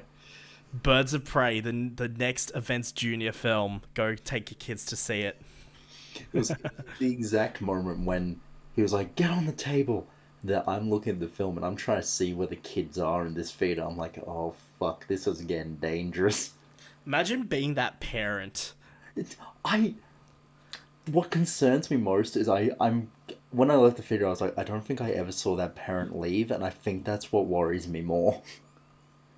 Yeah, maybe they were like, we're just gonna stay until everyone. Maybe the parent wasn't expect. Maybe they just didn't pay attention and It's weren't a expecting it. superhero movie. It's Yeah, fine. which Before, again comes back to the marketing. yeah, when we went in, my friend looked at Facebook and saw a Facebook post by a mother going, "Should I take my two kids to see this R18 film?" I doubt it was the same mother. I hope it wasn't. Jesus Christ! Should I take my kids to see this R-rated film? No, you You should not. ask, can I take my kids to this? The answer is probably no.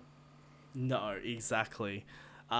But yeah, what else happens in this movie? So like we get kind of like so they're all being hunted by Black Mask for various reasons, and that kind of brings them all together. Harley Quinn Harley Quinn betrays is put into Cassandra Black Cain. Mask's service to hunt down Cassandra Cain. Yeah, so Harley Quinn is basically bargaining for her life essentially in that scene. So she's going to hunt Cassandra Cain, which also Victor Zaz and Black Canary are also on the hunt. And obviously Renee Montoya is kind of, doing that as well. So it eventually, everyone's kind of hunting down everyone, except I'm a little bit confused with the Huntress because she's kind of just killing off the people and doing her own That thing. was the whole point, and that's why I like the joke of her just fucking off, because Yeah. she's like, I'm only here for this, please let me go. Yeah, but like it's weird because she's at Black Mask's bar. Is she like the bartender there or something? Think she must be the. I'm not sure if she's the bartender or if she was just there, but she's at Black Mask's bar during that scene, when he's like making that girl, strip and dance on the table. Like she's there, and I'm a little confused as to what I think she was behind the bar from memory, so she might be the bartender, but I'm a little confused I think she was into that. for Zaz. Yeah, but the other thing is as well is she goes to that. Because I thought she was on the hunt because she's, I guess, an assassin as well, and maybe she heard about the whole Harley Quinn, well, the Cassandra Cain bounty as well. But like, there's the bit where Harley Quinn and Cassandra Cain go back to her apartment, and it's above like that Chinese, that like Asian noodle place with that dude who just knows everything, and then Huntress turns up, and I was like, wait, so is Huntress hunting Harley and Cassandra now as well? Like, what's going on there? Okay, in that regards, it did get a bit messy. Yeah, and like there are some flaws with this script. It's not a perfect script. There are some issues I take with it here and there, and this is kind of one of them. That kind of Huntress, I guess Huntress just lucks her way into this situation. Really, she's kind of just separate for the majority of the movie. But no, I did like Black Mask in this film. I thought it was a really unique and interesting characterization of this character, This, especially because he's not a well-known character either. no, not out of all of Batman's fucking rogue gallery, he's not that up there. Yeah, exactly. And I think it was interesting to get him on and like just Ewan McGregor. I mean, he fucking owns every scene he's in. Like he just owns this role. I think it's much better to have villains that aren't up there because, okay, let's look at the backlash to when Jared Leto was the Joker, right? That's Yeah. because they fucked with the character too much. With characters like Black Mask or even Bane in Dark Knight Rises, they're small enough villains that you can work your way around the character, mold it to your movie's perspective. Yeah. People don't go in expecting Black Mask to act. The general public doesn't expect the Black Mask to act like the Black Mask. Whereas when you go in to see the Joker, almost the entire general public knows the Joker. They expect him to act like the Joker. Yeah. It's the freedom of being able to make a character your own. Yeah, and like I mean, we're getting that all across this film as well because like I mean, I would also argue that at least to mainstream audiences, that all the characters besides Harley Quinn aren't really well-known characters. Like I said back at the start, like general audience don't know who the Birds of Prey are, so they're not going to know who Huntress is. They're not going to know who Black Canary. Oh, like Cassandra Cain is. Victor Zsasz is in this movie. A lot of people probably wouldn't be aware of who Victor Zsasz actually is because he's another kind of like not well known Batman's Rogues Gallery character. Fun fact: if Batman versed him in any of the Arkham games, they're probably not well known. Yeah, exactly. So I think it's pretty cool. And then a character like Renee Montoya as well. Like Renee Montoya is such a niche DC character that like I mean like all I know Renee Montoya from being is pretty much Batwoman's girlfriend. Really, I genuinely knew nothing about her character. Yeah, that's all I know about that character. And it's actually interesting. Okay, so here's something I wanted to bring up. So in the Birds of Prey, there's one character that is missing from this lineup. And that is Oracle. Oracle is a key member of the Birds of Prey, and she's missing from this film. Which I can't blame the film for, because, well, does Barbara even exist in the DCEU? Well, I would assume she does. Only ever Because see if one Robin, and we see no we don't even see that one Robin. We just get mentioned. yeah, I think, but I mean, you could just bring her in. It's not a big issue. But it's interesting because in some versions of the Birds of Prey, she is Batgirl. She is an Oracle, and then in other versions, she's Oracle. Isn't It really Cassandra Cain meant to be Batgirl? I think I heard that some people were upset about correct. that. Okay. Yep. So Cassandra Cain does become Batgirl, which is interesting because it's something I want to bring up. There are two members of the Bat family that have very similar names and are basically similar characters. So you've got Cassandra Cain in this film, who eventually becomes Batgirl. And then you've got Batwoman, who is Kate Kane. They're both very similar names, similar superhero names, both members of the Bat family. So that's kind of an interesting thing. But yeah, Batgirl, Cassandra Cain is a kid in this, so she's not going to become Batgirl. I wouldn't expect that to happen even in a sequel. I don't think that would happen anytime soon. And this film actually ends with her leaving with Harley anyway, so I feel like if they did a sequel, they would focus on the three main characters and then maybe bring in Oracle. I think that's what they would do. Or if Oracle isn't Oracle at this stage, they might bring in Batgirl because there is still that Batgirl film in development, which was originally headed up by Joss Whedon, and then he left the project and they're still developing that film. So it is entirely possible that they could do a Batgirl film or introduce, if they decide to maybe, depending on how well this film does, push a Birds of Prey sequel, bring Batgirl in there and then give her her own movie, or just bring her into the Birds of Prey rather than give her her own movie. There's also the chance of, I mean, I don't know how tied to Ben Affleck it's gonna be because I think they've just retired that concept entirely. The Batman next year, Yeah. but Yeah, it's very confusing because it's very conflicting reports as to whether that movie is part of the DCEU or not. Because, like, they're saying it's like a prequel, and, you know, like, you find sources that say it is, but then you also find sources that say it isn't, and even though it is a younger Batman, it's separate from the DCEU. So, like, I mean, there's a lot of conflicting reports, so I guess we'll just have to wait and see on the Batman film as to what happens with that.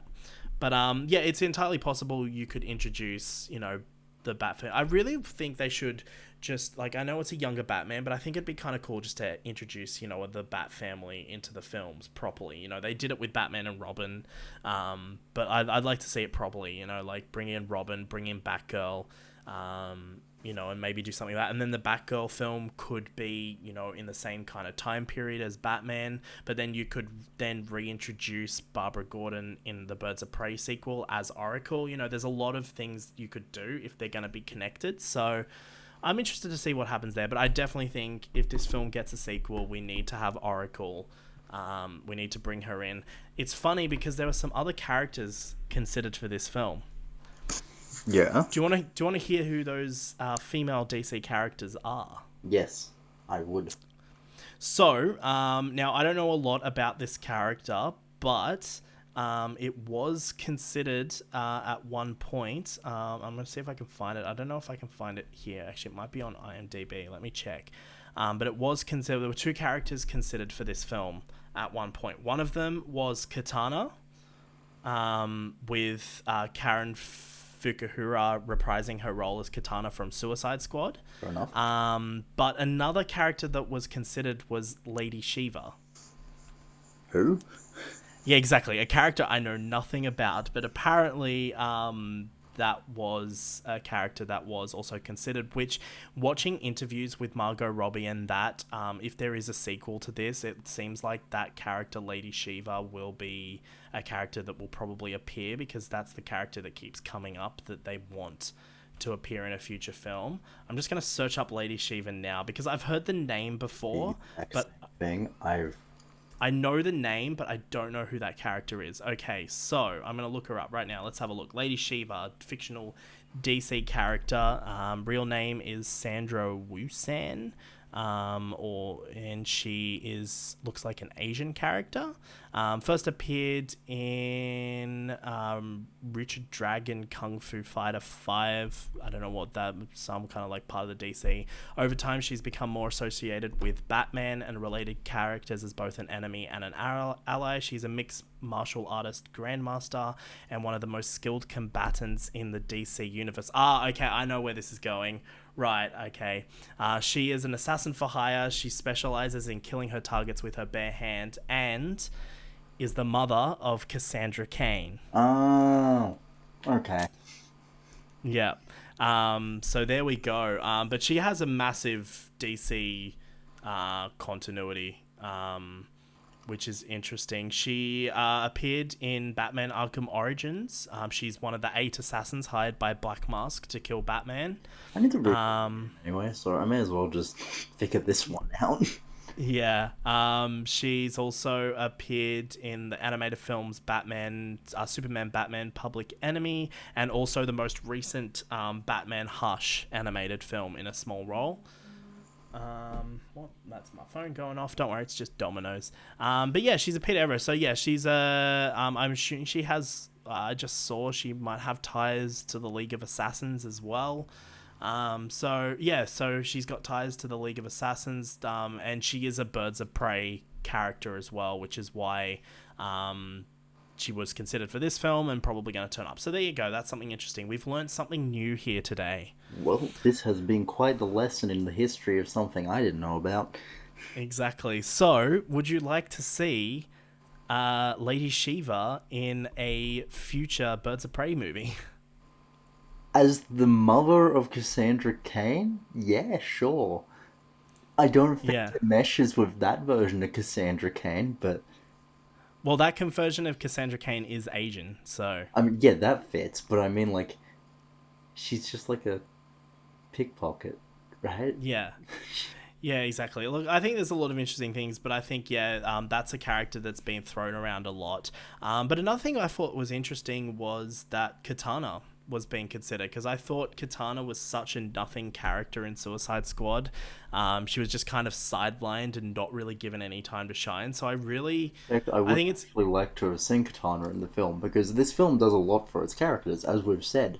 Yeah, I think it would have been interesting to bring Katana in, but I think there's also so many characters in this film, similar to Suicide Squad. There's a lot of characters that they're juggling that I think it's probably a good thing that both of these characters didn't appear in the film, but I would not be opposed to seeing Katana again later on down the line, and I definitely, now that I know who Lady Shiva is, I wouldn't mind seeing her, I think, as well. I think that could be interesting, but the main character I want to see moving forward is Oracle.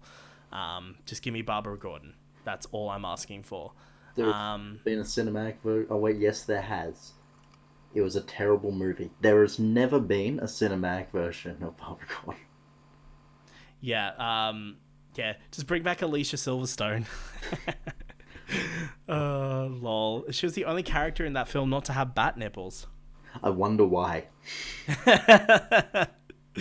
But yeah, there's one thing I want to talk about before we wrap this up, because I do have to get ready to go Yes. very soon. You- Before we wrap this up, I just want to ask you quickly, what do you think about the whole them really kind of turning Harley Quinn into Deadpool kind of thing that this film has going on? I much preferred this version of Harley over the Suicide Squad version of Harley. Yeah, it's definitely a more fleshed out version, but what Harley Quinn isn't that. I mean, I guess they're trying to have their equivalent to Deadpool, I guess, with Harley Quinn in this film. She's very Deadpool-y, you know. She narrates the entire film, and that's actually one thing I like really interesting about this film is the film is told from her perspective. She is the point of view character of this film, so that literally, so that could explain. That's why I like the stylistic choice of how colorful and how ridiculous it is, because it's coming from the point of view of someone who is insane, and I wouldn't be surprised if everything in this film actually, in terms of the canon of the story being told, actually would have happened the way we see it. Similar to Joker in that way. Like, I think it would have happened, but you know how that bit when she like raids the police station, That and she's I just found odd. Did none of the police have guns that day? yeah, exactly. Like the bit where she raids the police station and she's like shooting, but like she's shooting all the like glitter and like random shit. Like, I wonder if that's how that actually happened, or if that's how Her the imagination. her imagination sees it, because everything's so colorful in this film and everything is so vibrant and all over the place. So it does come into question, you know, like, because Harley Quinn, like, I mean, obviously in films like Joker, you know, Joker is known to be an unreliable narrator. I don't think Harley's would be an unreliable narrator. I just think she would exaggerate things. So it is interesting that she's narrating this film, but that also explains why, you know, because one thing I have with the script is how all over the place it is. But I don't think that's necessarily a negative in terms of, if Harley Quinn was telling a story, I'm sure she would be It constantly jumping all over the place. So I think that kind of works for the character. does.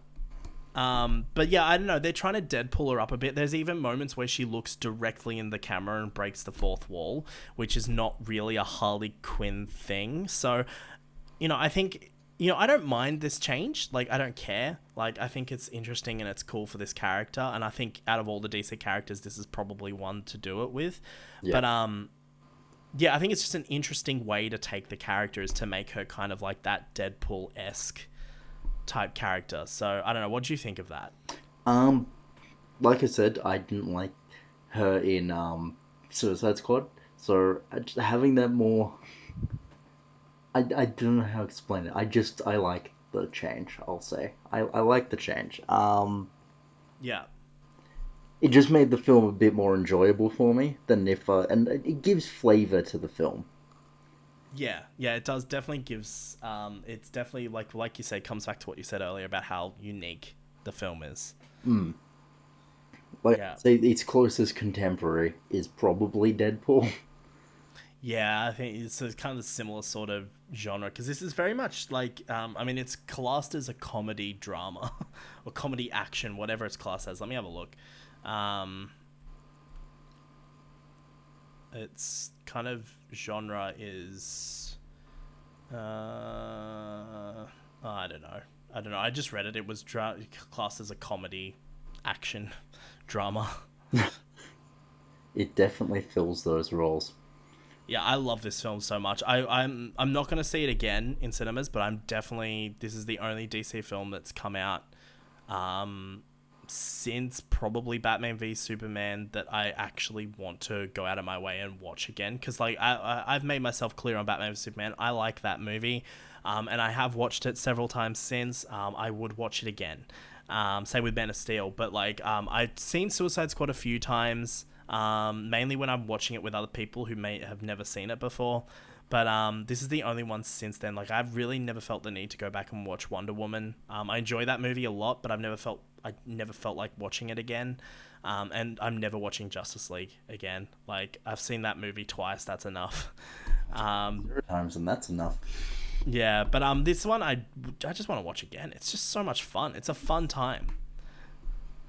Uh, And I finished this film. When this film finished and the credits rolled, I turned to a mate of mine who I was at the cinemas with, and I was like, could you imagine being high watching that? What a good time that will be. can't deny that one.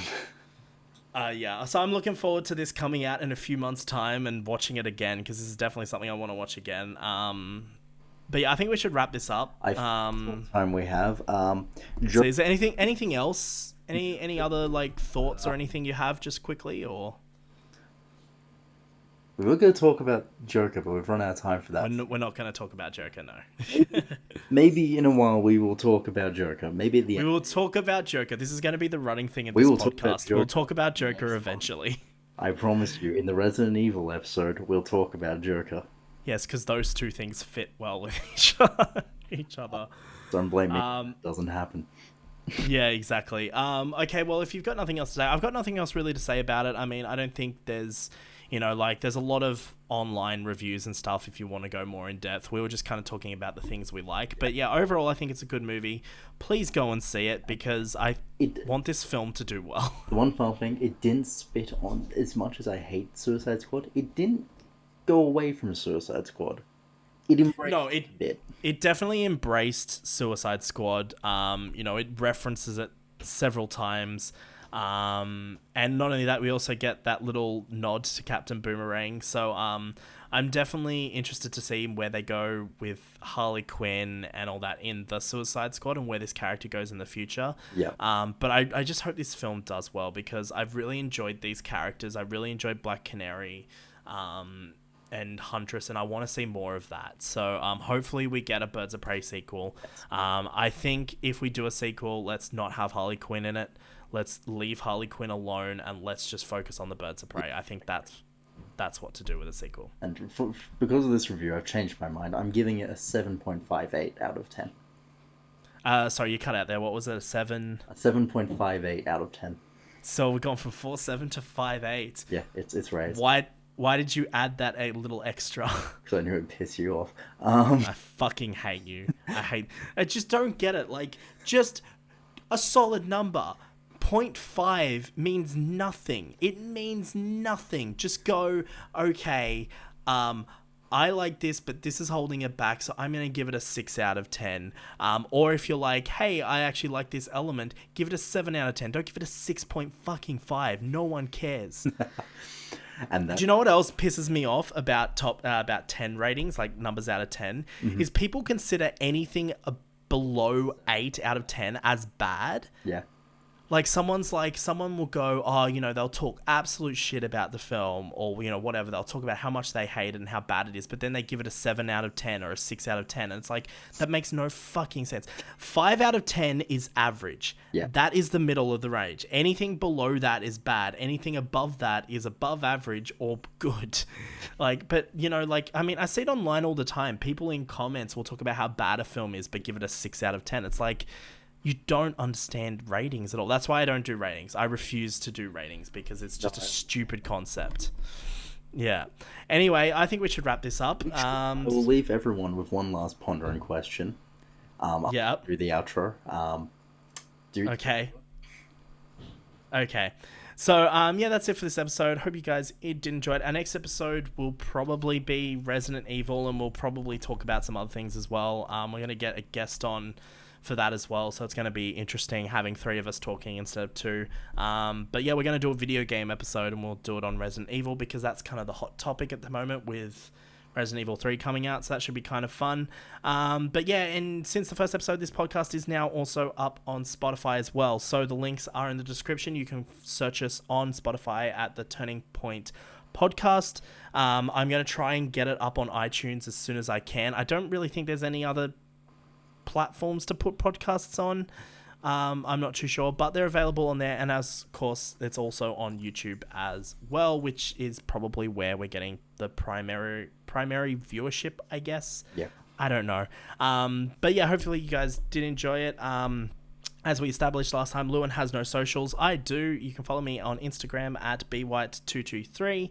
And I very rarely post there at all, so honestly there's not really much of a point, but eventually I might set up like a Turning Point Entertainment Instagram or something like that. We'll probably think of that at some point, but yeah, we'll go global, don't you worry. Yeah, we'll jump on the social media bandwagon at some point. But yeah, I think that'll do it. I don't think there's anything else left to say, so yeah, wrap it up. This has been Ben and Lewin with our round things, and I do leave you with a pondering question. Have you heard Domino's Deep Pan just got deeper? Goodbye.